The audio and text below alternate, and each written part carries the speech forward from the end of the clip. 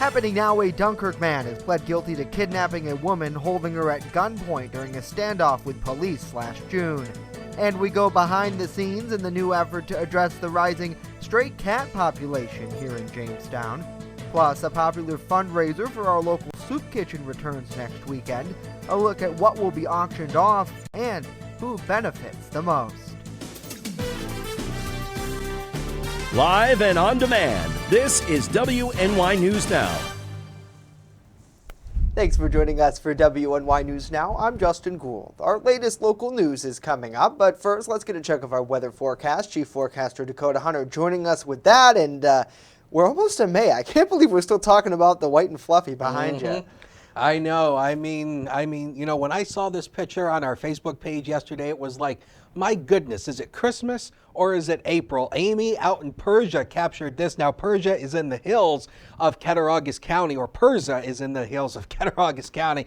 And yeah, this is where the most amount of the accumulation was found of the snow. But the good news is the snow is tapered off. And now we're left with just sunny skies. This is the satellite composite put on top of the radar, and you're not seeing anything, and it's going to remain that way through the day. But the bad news is, because we're getting into a dry stretch, that means the allergies are going to become a problem again. Trees and ragweed pollen still running in that moderate category. So you get sunshine, everybody gets sunshine today. Still cool, 42 to 51 with a light northwest wind. Now, if you like this, we've got a couple more days of it to go through. We'll talk about it with the Ultimate Satellite Solution 7-day forecast later on in the show. Justin. Alrighty, Dakota, we're soaking it up. Thank you, sir. A 44-year-old Dunkirk man accused of kidnapping a woman last summer has pled guilty in the case. The Erie County District Attorney's Office announced that Herman Rivera pled guilty to felony attempted kidnapping yesterday. Rivera, prosecutors say, held a woman at gunpoint while fleeing police in June 2021. After crashing his car during a police pursuit, he allegedly dragged that woman out of the vehicle while armed with a hammer and what appeared to be a pistol. Rivera was accused of holding the woman against her will in a nearby wooded area while armed with the weapons. After a nearly 3-hour of hostage negotiation there, he surrendered and the victim was unharmed. An allegedly intoxicated Frewsburg man is facing charges after wide-swiping a sheriff's patrol car before fleeing the scene of that crash this week. The Chautauqua County Sheriff's Office reporting that a deputy was parked off the roadway on West Main Street in Frewsburg Tuesday when he was hit by a vehicle. The car, which deputies said was operated by 54-year-old Mark Kyler, then continued on without stopping. The deputy gave chase, and Kyler eventually came to a stop on Ivory Road, approximately a mile from that crash scene. Following an investigation, it's alleged he was highly intoxicated at the time. He's charged and arrested for driving while intoxicated, among other traffic violations there. After processing, Kyler was released and will appear in the town of Carroll Court at a later date. Deputies say luckily no one was hurt as a result of the crash. And a slight gas tax reduction was approved by lawmakers in Chautauqua County last night. However, a legislator who represents the Jamestown area feels more could have been done to provide relief for rising costs. The Chautauqua County Legislature voted 12-6 approving the resolution, which was first introduced by the County Democratic Caucus. That sets the gas tax cap at .12 cents. Legislator Dave Wolfong tells us this will likely bring a relief of 3 cents a gallon at gas stations across the county. The fixed rate will remain in place until the end of the year, with the tax reduction expected to have a neutral impact on budgeted sales tax revenues for this year. However, Wolfong feels more could be done to help consumers, but lawmakers have to be careful that there will not be a negative impact on local cities, towns, and villages. Well, they talked about maybe some property tax relief, which I thought was a good idea. I actually heard at another meeting that, I like a cash payment to individuals who have school-aged children. Now, I don't know how much that would be. It depends on, when you rob Peter, you're paying Paul.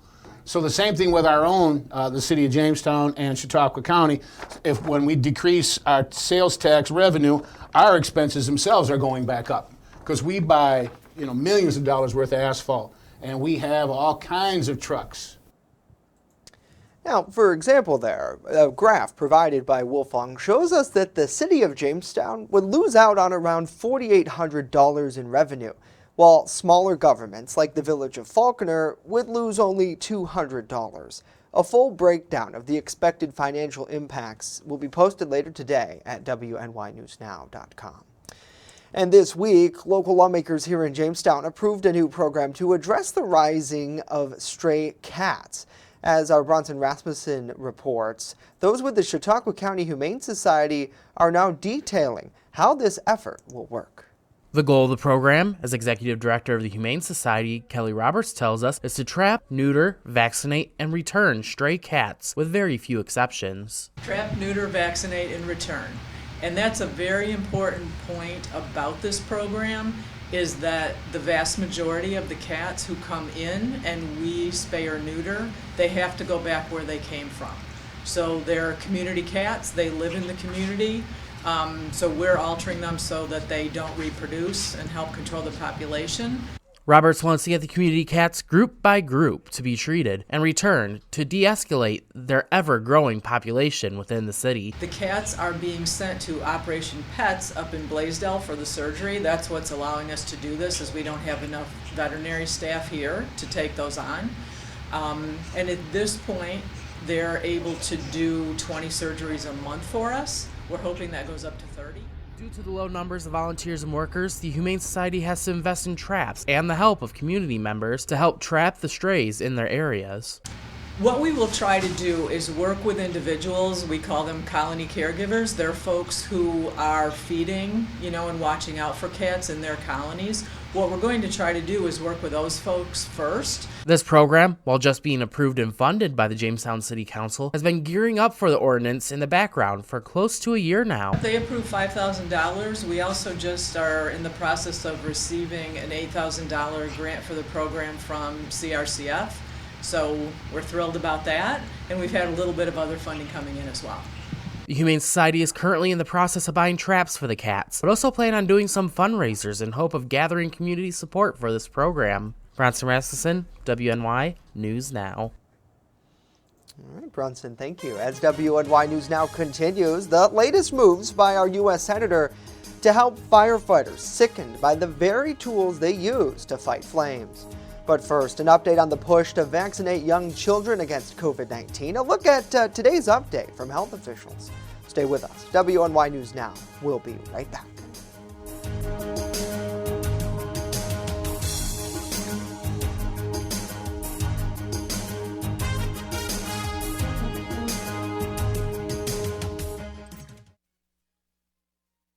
You're watching WNY News Now, your source for breaking news.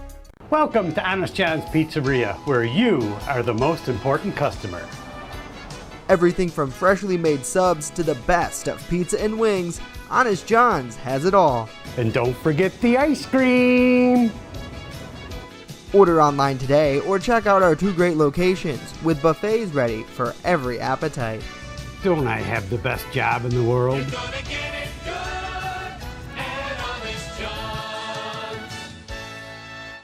EagleZip.com is your local one-stop shop for all of your home and business computer needs. Located on Fluvan Avenue Extension, just outside of Jamestown, EagleZip.com sells and services all brands of desktops and laptops, as well as servers and network equipment for your business. All new computer sales include transferring your data from your old computer, plus a 2-year warranty. Call EagleZip.com today. Stop by EagleZip.com today and let us make computers easy for you. Whoa, Free Comic Book Day is almost here. There's comic books for all ages. Stop on down to Chautauqua Comics at 214 Fairmount Avenue in Jamestown and pick up some free comics. From superheroes to science fiction, there are tons of options. 100% free. Just show up on May 7th starting at 11 a.m.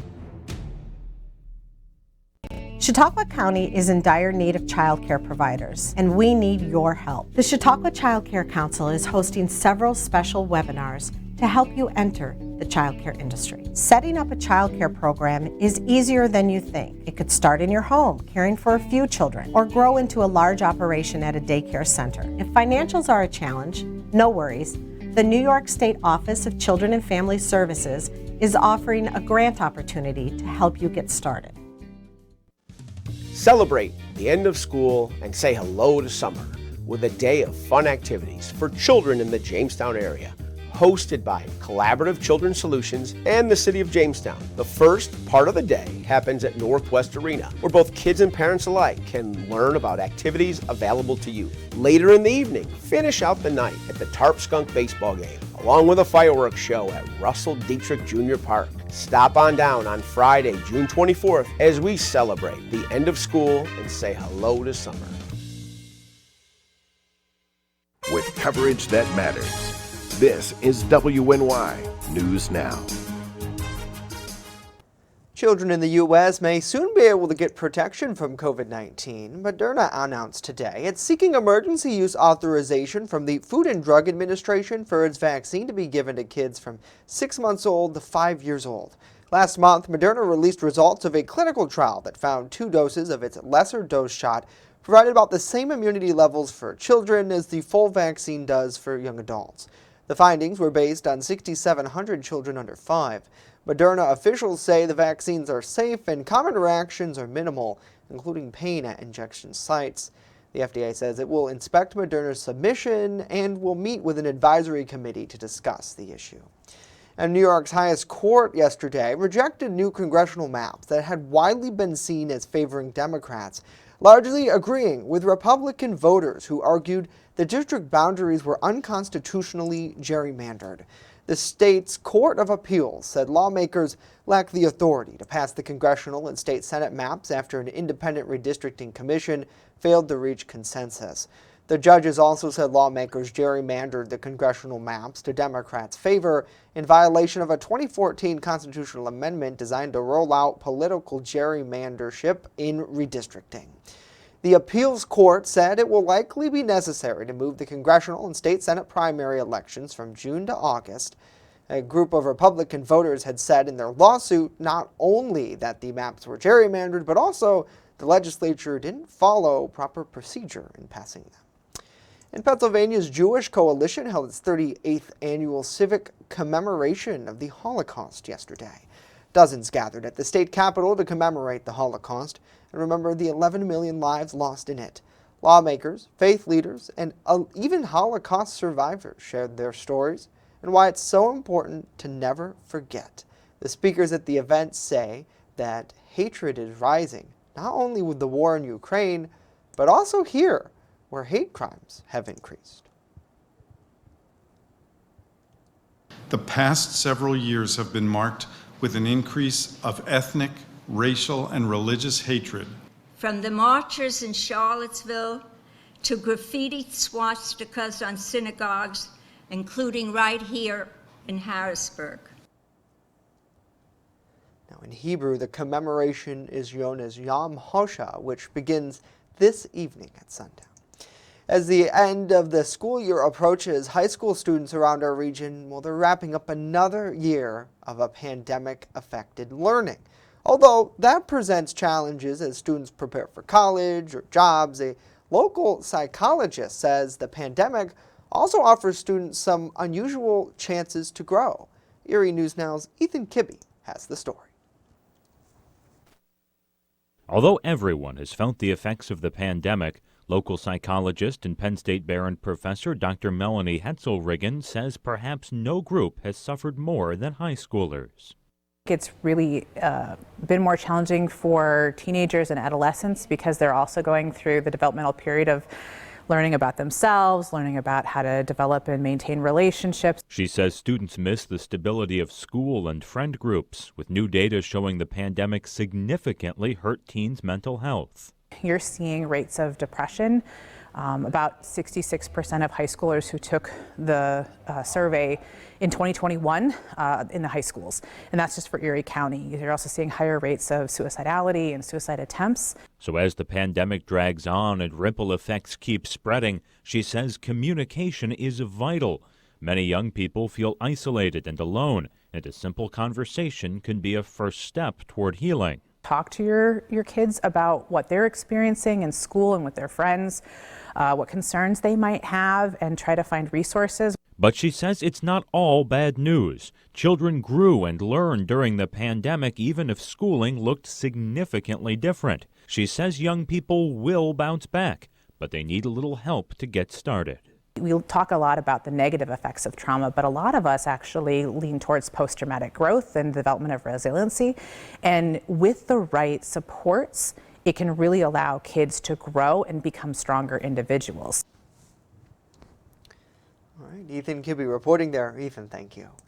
New York Senator Kirsten Gillibrand is looking to ban a chemical firefighters use. She says will not only pollute local drinking water, but the chemical could cause cancer or other chronic diseases for our firefighters.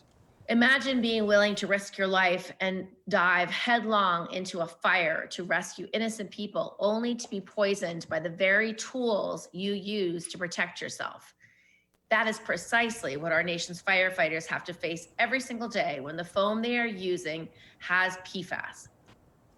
The senator is introducing legislation that would ban PFAS, chemicals used in firefighting foam. Firefighters have used this chemical for training and at airports for decades. She says there's a growing body of scientific research that shows links between PFAS exposure and a wide range of health problems, like weaker immune systems, cancers, reduced fertility, and more. This would be a phased-out approach to banning the chemical, with the goal of banning entirely by 2024. New York State has already banned this in firefighting foam, but they're looking to make this a nationwide ban to protect all firefighters.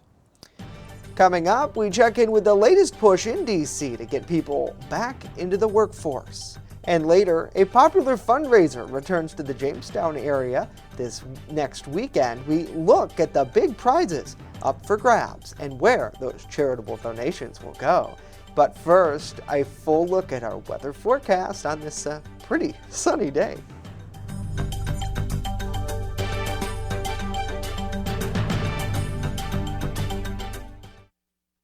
You're watching WNY News Now, where coverage comes first.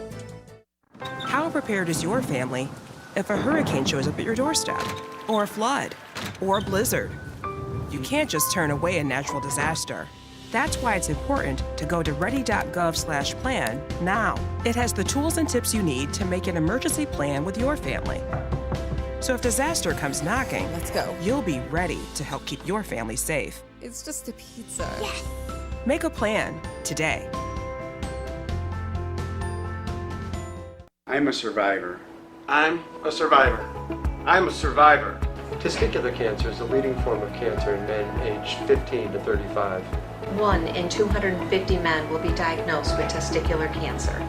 But 98% will survive if detected early. As a survivor, I believe early detection is the key. Learn how to do a testicular self-exam and other important facts about testicular cancer at oneball4tc.com. You're watching WNY News Now, your source for breaking news. Fast, accurate, and every day. First Defense Weather. Welcome back, everybody. Wanted to give you a live look at the Chautauqua Lake Skycam, and it's bouncing around. It's a little bit breezy out there through noon hour today, so it's going to remain a little bit breezy, but you can see the blue skies peeking out from behind there. And I wanted to go back to yesterday because, you know, the high yesterday was a absolutely assaulting 33 degrees. That actually ranks as the coldest day, well, the coldest April 27th, I should point that out. On date, April 27th, the coldest April 27th on record, dating all the way back to 1895.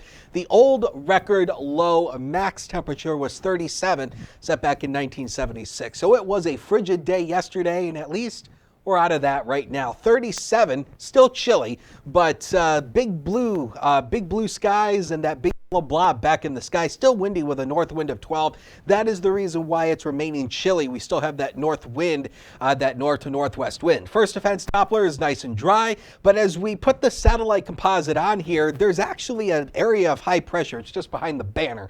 But there's a big blue H sitting back behind the banner that's moved in from Canada, and that is actually going to become our weather maker for the next couple of days. That high pressure is going to keep all of this at bay. So let's show it to you on Future Scan. The time is running, but the weather ain't changing. And so it's going to remain sunny through today, clear skies tonight. Now, by the morning hours tomorrow, we may see a few high clouds filtering on in, but then other than that, just another rinse and repeat. Lots of sunshine, but temperatures do go up a couple more degrees, so it won't be as chilly, even though temperatures will remain below average. And then we'll ultimately get into, again, another chance for a few more high clouds by the time we go into Saturday. So these are the forecast lows. I wanted to show you these because notice how once you work inland, temperatures dip off into the mid-20s. So there could be a chance for a hard freeze tonight. So if you've already started planting stuff, just make sure you cover them up, protect them, because temperatures below freezing could cause a hard freeze, especially for sensitive plants that are sensitive to temperature swings. So we start tomorrow around 27, lots of sunshine. We should warm up into the lower 50s. Now, the next 7 days, powered by Ultimate Satellite Solutions. So the sunshine will continue through Saturday, get a little bit warmer into the lower 60s. Then through Sunday through Tuesday, we'll have a chance for at least some afternoon rain showers, not all day rain. And then Wednesday is our next dry day, partly sunny, temperatures around 60, Justin. All right, I'll take that 60, Dakota. Thank you. Trevor Reed is back in the U.S. The former Marine was released yesterday in a prisoner swap after being detained in Russia since 2019. Reed's mother tweeted that this is a, quote, very exciting day. Paula Reed also tweeted another former Marine when Paul Whelan should also be released from Russia. He's been held at a Moscow hotel since late 2018 after being arrested for espionage, a claim he's repeatedly denied. The Biden administration says it's continuing to work towards having him released as well. And 2021's Hurricane Ida will be the last hurricane with that name. The World Meteorological Association Hurricane Committee says it has retired the name Ida from the rotating list of possible names of the Atlantic tropical cyclones. They point to the extent of deadly destruction caused by Hurricane Ida last year as the reason for its removal. The storm caused 55 deaths directly and 32 indirectly here in the States. NOAA reports it also caused $75 billion in damages. Now, Imani will replace Ida when the list is used again in 2027. In all, 94 storm names have been retired since 1953. And congressional members are looking at how to get people back into the workforce. While most say the pandemic didn't help, some are pointing the finger at the lack of affordable and accessible child care. Our Washington, D.C. correspondent Rachel Knapp picks up the story. In a Senate hearing, one Columbus, Pennsylvania small business owner spells out the challenges COVID has had on his glass decorating company. For example, one of my key employees, Alexis, lost 2 weeks without pay during our peak season at Christmas time last year when her primary care provider, her father-in-law, was exposed to COVID and had to quarantine for 2 weeks. So Alexis stayed home for 2 weeks because she didn't have any childcare options in my hometown. He says although supply chain interruptions contributed to increasing his prices for the first time in 5 years, he's also blaming on reduced production capacity. In a national survey of more than 1,000 business owners from our network, 56% of small business owners said they've lost business income as a result of child care issues. But lawmakers seem split on how to address this. Here's what I've never seen the wisdom of, though. President Biden, in his Build Back Better bill, basically said his solution to reducing the cost of child care is to have the federal government take it over, have the federal government make it twice as expensive. If you're going to pay child care workers like you pay school teachers, you're going to spend a lot more money. That doesn't make any sense to me. The proposal that the congressional Democrats have developed will provide much needed help for child care providers, allowing them to hire more workers and to offer higher quality care to more families. It will provide direct assistance to families for child care, making one of families' biggest expenses more affordable. At the Capitol, Rachel Knapp reporting. Rachel, thank you. According to the Pew Charitable Trust, a nonprofit, 5% of parents in Pennsylvania and 4% of parents in New York with young kids say they're not working because they do not have the proper school or daycare for their child. Next, a popular fundraiser for our local soup kitchen returns next weekend. A look at what will be auctioned off and who benefits.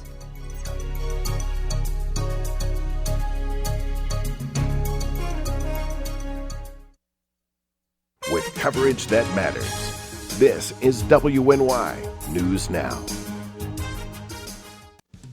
Visit the Northwest Arena on Friday, June 24th, as we celebrate the end of school and say hello to summer. Learn about activities available to youth in the Jamestown area, plus end the night with fireworks at the Tarp Skunks game. Learn more online at ccsolutions716.com. I don't think that many kids in my son's school even do it. He makes fun of his friend who vapes. He would never try it. She's into soccer. She's on the honor roll. She's just not the type. No way. No way. No way. No way, my kid would never vape. Get your head out of the cloud. Today, nearly 8,000 kids will start vaping. Maybe even yours. Learn about the dangers at talkaboutvaping.org.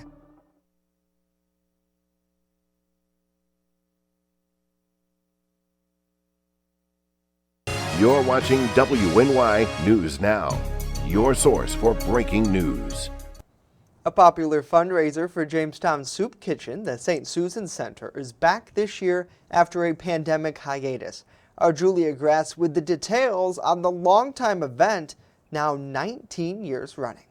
It started back when St. Susan's was located at St. James School, where we were first originally at. Kathy Nicastro, board member at St. Susan's Center, tells us the community's donations make the raffle a huge success every year, allowing the center to run for a quarter of the year. However, the center has seen a rise in people to serve, and inflation on goods they use to provide meals has made it harder to achieve their mission. This basket fair is very important to St. Susan Center and what it does to support the community, the folks that are in need of a warm meal and some fellowship here at St. Susan's. So far, 75 baskets have been donated for the event, but Sherry Rowland, executive director at St. Susan Center, would like to see around 140 before the raffle, an amount they hit in 2019. We've got baskets from Tractor Supply, Red Lobster, Lena's.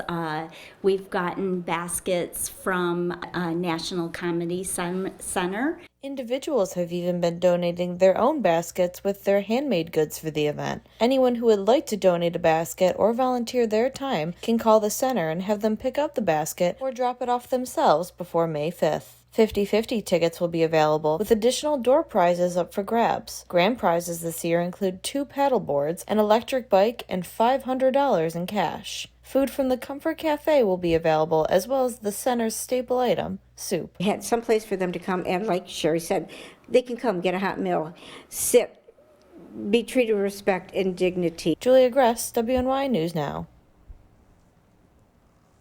And Dakota, the basket fair kicks off Saturday, May 7th at Fluvanna Community Church at 11 and runs until 3. So lots of fun there. And so many baskets. I know they're waiting on a couple more, and they, of course, anybody out there who wants to donate, feel free to do so, put something together. But it's great, and you look at the mission of St. Susan's.